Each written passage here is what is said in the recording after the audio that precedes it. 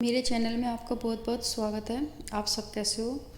ये बाल महाभारत कथा क्लास 7 हिंदी की सीरीज है। इसमें मैं 16 चैप्टर तक करवा चुकी हूँ। अब हमारा है 7 धृतराष्ट्र की चिंता। साइंस का मतलब जो क्लास 7 की जो साइंस है वो भी मैंने शुरू किया, जिसमें एक चैप्टर और दूसरे चैप्टर का एक पार्ट कंप्लीट हो चुका है।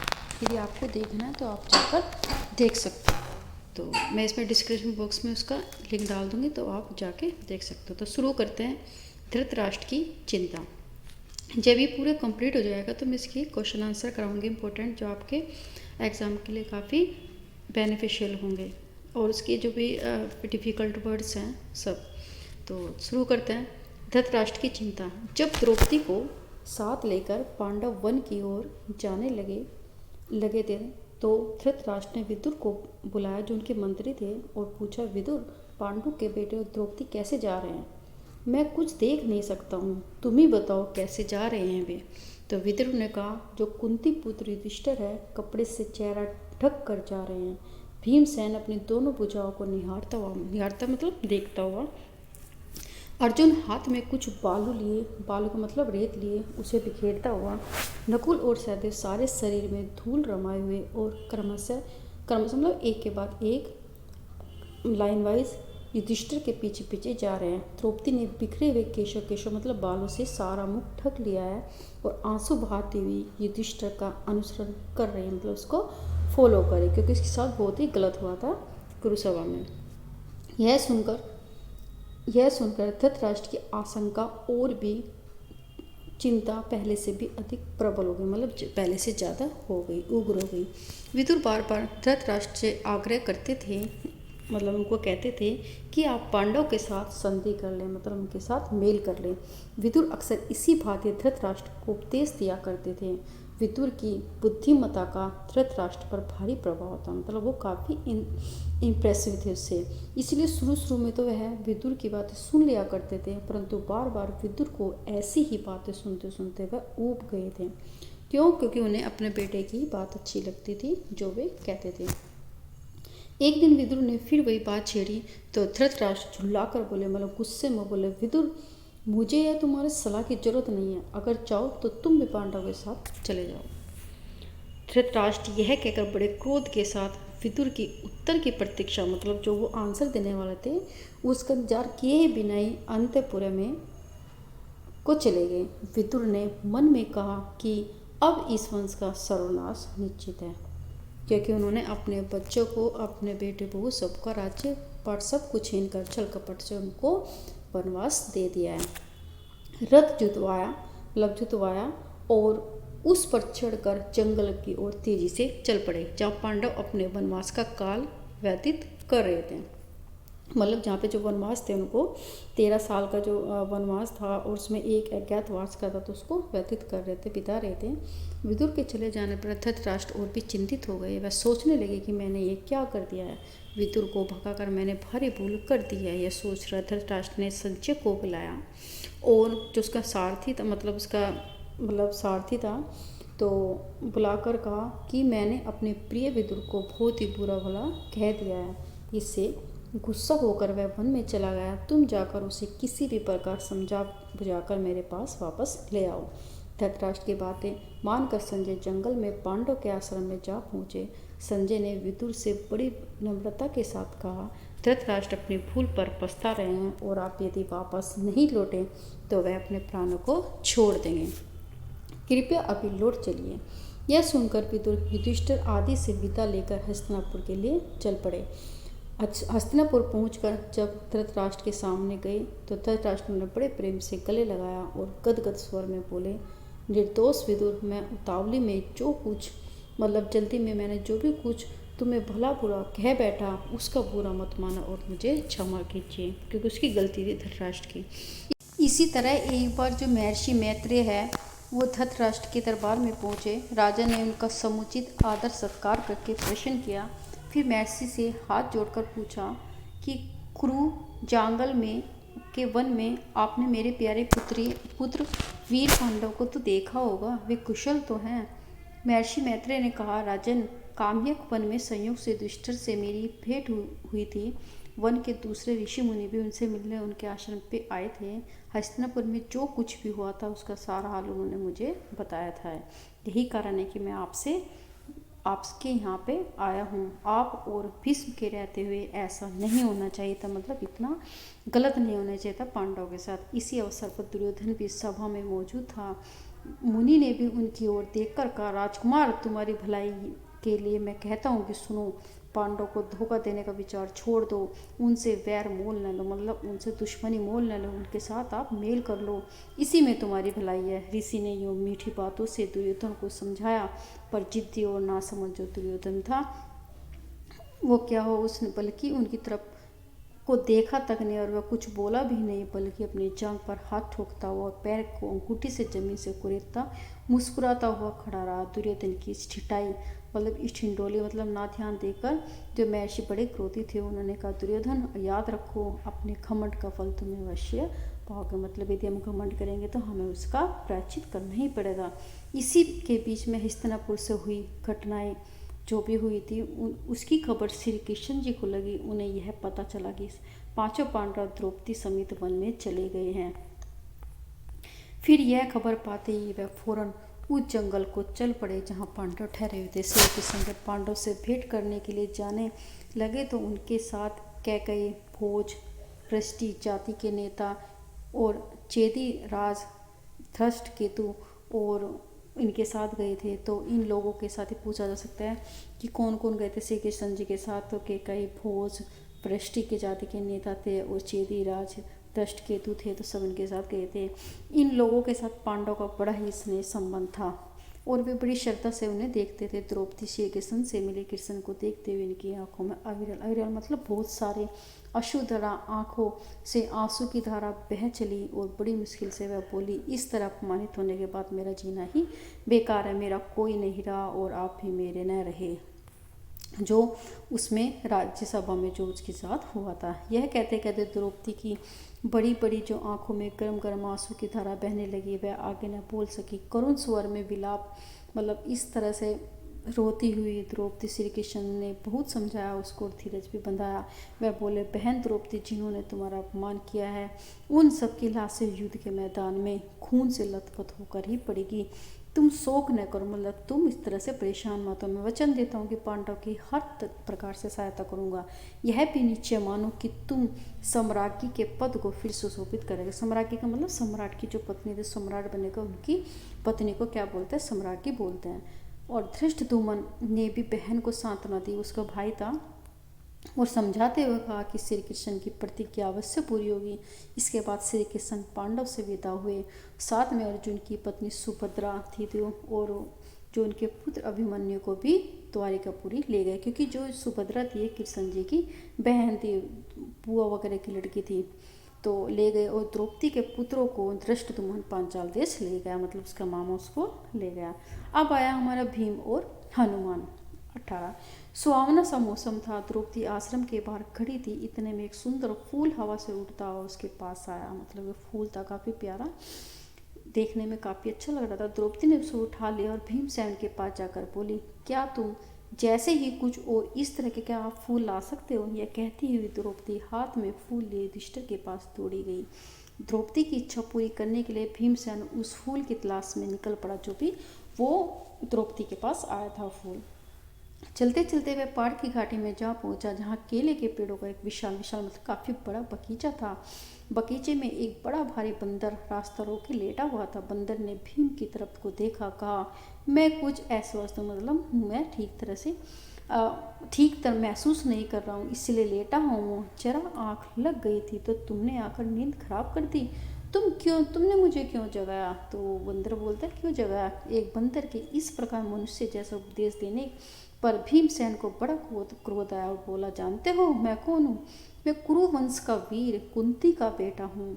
तुम रोको मत, मेरे रास्ते से हट जाओ और मुझे आगे जाने दो। बंदर बोला, देखो भाई, मैं बूढ़ा हूँ, कठिनाई से उठ बैठ भी नहीं सकता। ठीक है, यदि तुम आगे बढ़ना ही है तो मुझे लांग कर चले जाओ। भीमसेन ने कहा, किसी जानवर को लांघना अनुचित कहा गया है, इसी से मैं भी रुक गया, नहीं तो मैं भी कभी तुम्हें एक ही छलांग में लांघ कर चला गया होता। तो बंदर ने कहा, भाई मुझे जरा बताना कि वह हनुमान कौन था जो समुद्र को लांग गया था। देखो किस तरह से बात कर रहे हैं हनुमान जी। भीमसेन जब कड़क कर बोला, मतलब एकदम गुस्से में बोला, क्या कहा? तुम महान हनुमान जी को नहीं जानते? उठ का रास्ता दे दो, नाहक मृत्यु को क्यों देता हो? तो नाहक का मतलब एक तो मूर्ख होता है, व्यर्थ होता है, मतलब किसी को मतलब मूर्ख बोलता है या किसी बोलता है, तो नाहक का मतलब मूर्ख। मृत्यु को न्योता देते हो? क्योंकि उनको तो उस बंदर पे गुस्सा आ रहा था, उनको क्या पता कि वो तो खुद ही भगवान हनुमान जी हैं। बंदर बड़े करुण स्वर में बोला, मतलब काफ़ी धीमे स्वर में बोला, जिसमें प्यार था उस स्वर में बोला, हे वीर शांत रहो, इतना क्रोध न करो। यदि मुझे लांघना तुम्हें अनुचित लगता हो तो मेरी इस पूंछ को हटाकर एक और कर दो और चले जाओ। मतलब उन्होंने बोले कि लांग के तो जा सकते, पूंछ को ही हटा दो और रास्ता लेके चले जाओ। भीमसेन ने बंदर की पूंछ एक हाथ से पकड़ ली, लेकिन आश्चर्य है, भीम ने पूंछ पकड़ तो ली पर वह उसे जरा सा भी नहीं हिला पाया।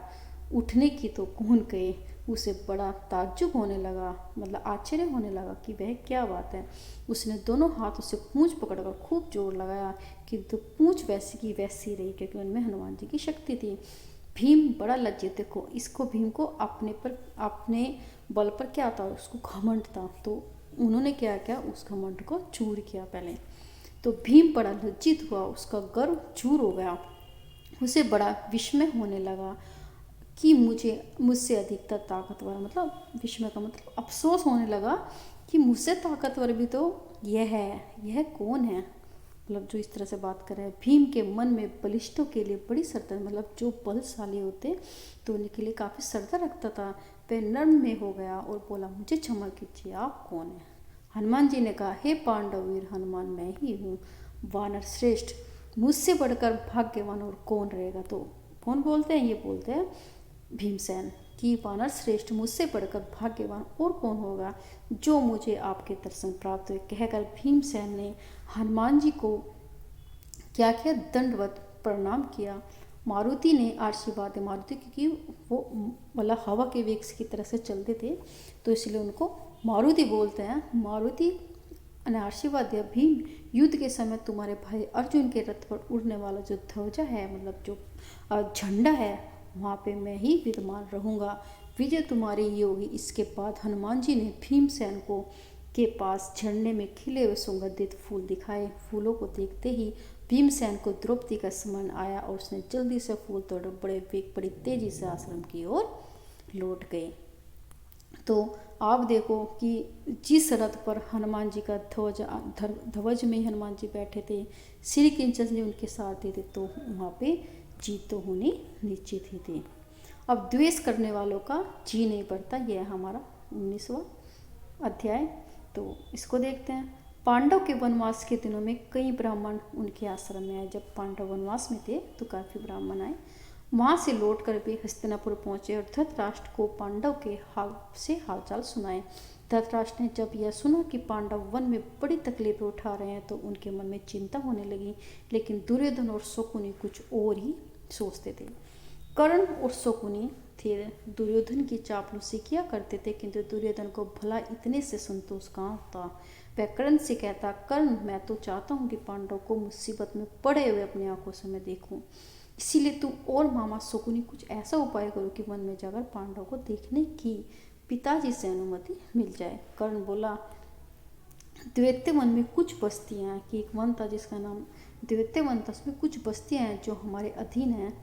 हर साल उन बस्तियों में जाकर हम चौपायों की गिनाया करते हैं। चौपाया मतलब जो 4 पैरों वाली जो चीज़ें होती हैं उनकी गणना करना राजकुमारों का ही काम है। बहुत समय से यह प्रथा चली आ रही है, इसलिए उस बहाने हम पिताजी से अनुमति आसानी से प्राप्त कर सकते हैं। कर्ण अपनी बात पूरी तरह से कह भी नहीं पाए कि दुर्योधन और शकुनी मारे खुशी से उछल पड़े और राजकुमारों ने भी धृतराष्ट्र से आग्रहपूर्वक प्रार्थना की कि वह इसकी अनुमति दे दे, किंतु धृतराष्ट्र ने माने। दुर्योधन ने विश्वास दिलाया कि पांडव जहाँ होंगे वहाँ वे सब नहीं जाएंगे और बड़ी सावधानी से काम लेंगे। मतलब वे कहते हैं कि वे एक जगह नहीं होंगे, अलग अलग होंगे, क्यों, ताकि उन्हें कोई पहचान ना सके। विवश होकर धृतराष्ट्र ने अनुमति दे दी और एक बड़ी सेना को साथ में लेकर जो कौरव दैत्य वन के लिए रवाना हो गए। दुर्योधन और कर्ण फूले नहीं समाये। उन्होंने पहुंचने पर अपने डेरे ऐसे स्थान पर लगाए जहां पांडव का आश्रम 4 कोस की दूरी पर था।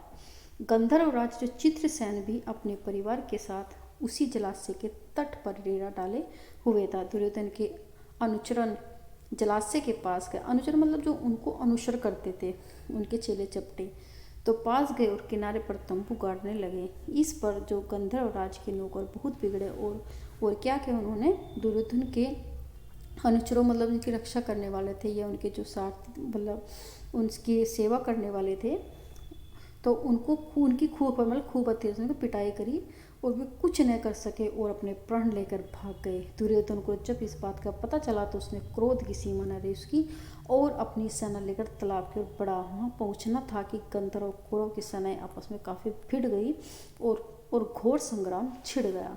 यहाँ तक भी जो कर्ण था, कर्ण जैसे मारुतियों के विदत और अस्त्र चूर चूर हो गए। वे उल्टे पांव भाग खड़े हुए। अकेला दुर्योधन लड़ाई के मैदान में अंत तक डटा रहा। गंधर्व राज चित्रसेन ने पकड़ लिया और फिर रस्सी से बांधकर उसको अपने रथ पर बैठा लिया और शंख बजाकर विजय घोष कर दिया, क्योंकि उन्होंने उनको हरा दिया था कौरवों को। जब युधिष्ठिर ने सुना कि दुर्योधन व उसके जो सारथी अपमानित हुए हैं तो उसने गंभीर स्वर में कहा, भाई भीमसेन, ये हमारे कुटुंबी है। कुटुंब मतलब कुटुंब के हैं। तुम अभी जाओ और किसी तरह से अपने बंदूक गंधर्व के बंधन से छुड़ा लाओ। युधिष्ठिर के आग्रह पर भीम और अर्जुन ने कौरवों की बिखरी हुई सेना को इकट्ठा किया और वे गंधर्वों पर टूट पड़े। अनंतः गंधर्व राज ने कौरवों को बंधन से मुक्त कर दिया। इस प्रकार अपमानित कौरव हस्तिनापुर लौट गए। देखो पांडव में कितना बुरा भी कराया उन्होंने, लेकिन फिर भी वो अपने भाइयों के लिए खड़े रहे। तो ऐसे होते हैं इंसान। लेकिन कौरवों को जो दुर्योधन था उनको फिर भी इसकी जरा सी भी कहते हैं शर्म नहीं आई कि उन्होंने हमारा साथ दिया, फिर भी वे उनके अपोजिट रहे। पांडव के वनवास के समय दुर्योधन तो इच्छा राज्य सूर्य यज्ञ की थी जैसे युधिष्ठिर ने की थी, किंतु पंडितों ने कहा कि धृतराष्ट्र युधिष्ठिर के रहते हुए उसे राज्य सूर्य यज्ञ करना का अधिकार नहीं है। तब ब्राह्मणों की सलाह मानकर दुर्योधन ने वैष्णव नाम के यज्ञ से ही संतोष प्राप्त किया। इसी समय की बात थी जो महर्षि दुर्वासा थे अपने 10,000 शिष्यों को साथ लेकर दुर्योधन के राजभवन में पधारे। दुर्योधन के सत्कार से ऋषि बहुत प्रसन्न हुए और कहा, वत्स, कोई वर चाहो तो मांग लो।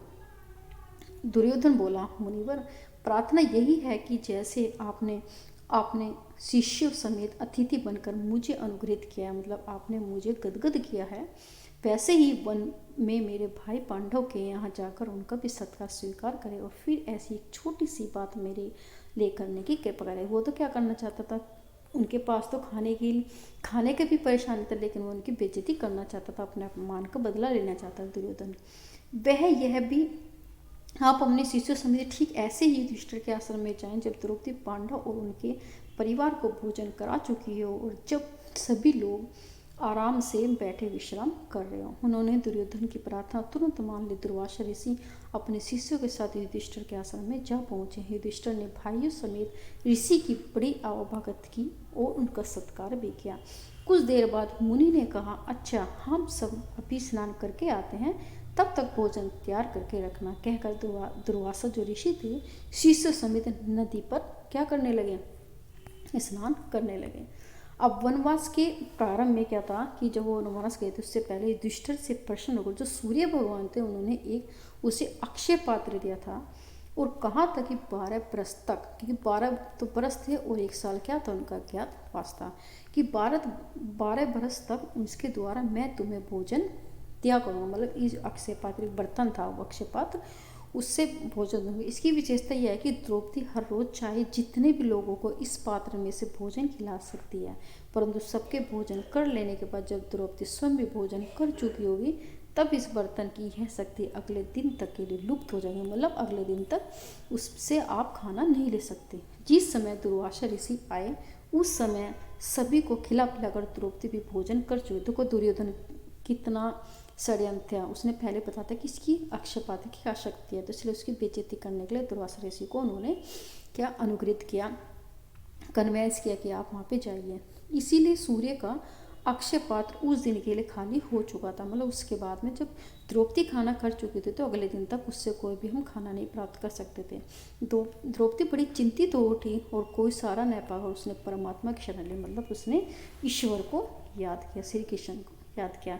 इतने में श्री कृष्ण जी कहीं से आ गए और सीधे आश्रम की रसोई में जाकर द्रौपदी के सामने खड़े हो। देखो, जब हम कोई भी कार्य होता है और जब हम अपने परमात्मा को, अपने इष्ट को, किसी को भी मानते हैं, हम चाहे हिंदू हो चाहे मुस्लिम हो, कुछ भी, जिस रूप में हम मानते हैं उस रूप में भगवान हमारे पास आते हैं, हमारी रक्षा करते हैं किसी न किसी तरह। इसलिए हमें हमेशा अपने गॉड पर भरोसा रखना चाहिए। वो हमारे लिए जो भी कुछ करते हैं हमेशा वो अच्छा ही करते हैं, उसमें हमारी भलाई होती है। तो जब कृष्ण जी खड़े, क्योंकि उन्होंने उसी रूप में अपने परमात्मा को याद किया था। जब चीरहरण हो रहा था द्रौपदी का, तब भी उन्होंने कृष्ण को याद किया था और कृष्ण ने उनकी लाज बचाई थी। तो इसी तरह से जब याद किया उन्होंने तो वो खड़े हो गए। कृष्ण जी बोले, बहन कृष्णा, बड़े भूख लगी है, कुछ खाने को तो दो। द्रौपदी और भी दुविधा में पड़ गई कि अभी तो दुर्वासा से उनके शिष्य आ रहे हैं, अब श्री कृष्ण जी मैं कहाँ से दूँ। कृष्ण बोले, जरा लाओ तो अपना अक्षय पात्र, देखे तो उसमें कुछ और है भी नहीं। तो वो लाती है द्रौपदी, हड़बड़ाती बर्तन में जाकर कि वो तो खाली है। वो तो उसने साफ भी कर दिया। द्रौपदी हड़बड़ा कर बर्तन ले आई। उसके एक छोर पर अन्न का एक कण, मतलब एक टुकड़ा, एक अन्न लगा हुआ था, चावल का दाना लगा हुआ था और साग की पत्ती लगी, मतलब हल्का सा साग लगा हुआ था उस बर्तन पर। श्री कृष्ण उसे लेकर मुंह में डालते ही मन में कहा, यह भोजन हो, इससे उनका भूख मिट जाए। मतलब जो ये भोजन है, जो भी दुर्वासा ऋषि है और जो भी उनके शिष्य, सबका पेट भर जाए। द्रौपदी ने देखकर सोचने लगी, कैसी हूँ मैं कि मैंने ठीक से बर्तन भी नहीं धोया। इसलिए इसमें लगा हुआ जो अन्न का जो कण था, अन्न का जो एक पार्ट था, और साग वासुदेव को खाना पड़ा। धिक्कार है मुझे, मतलब वो अपने आप को कोसने लगी कि मैंने बहुत बेकार काम करा। इसी तरह जो द्रौपदी अपने आप को ही धिक्कार करती रही। इतने में श्री कृष्ण जी से बाहर जाकर भीमसेन को कहा, भीम जल्दी जाकर ऋषि दुर्वासा को शिष्य समेत भोजन के लिए बुला तो लाओ। कृष्ण जी ठिठोली कर रहे थे, उनको तो पता है कि वो आएंगे तो नहीं। भीमसेन उस स्थान पर गया जहाँ दुर्वासा ऋषि शिष्य समेत स्नान कर रहे थे।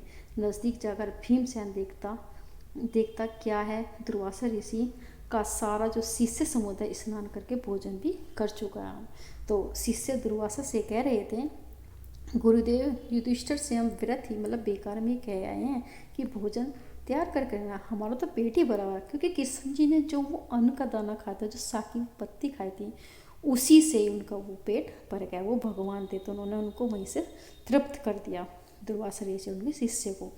हमसे तो उठा भी नहीं जा रहा है, इस समय तो हमारी जरा भी खाने की इच्छा नहीं है। यह सुनकर दुर्वासा ने भीमसेन से कहा, हम तो सब भोजन कर चुके हैं, युधिष्ठिर से जाकर कहना कि असुविधा के लिए हमें क्षमा करें। यह कहकर ऋषि अपने शिष्य सहित वहाँ से रवाना हुए।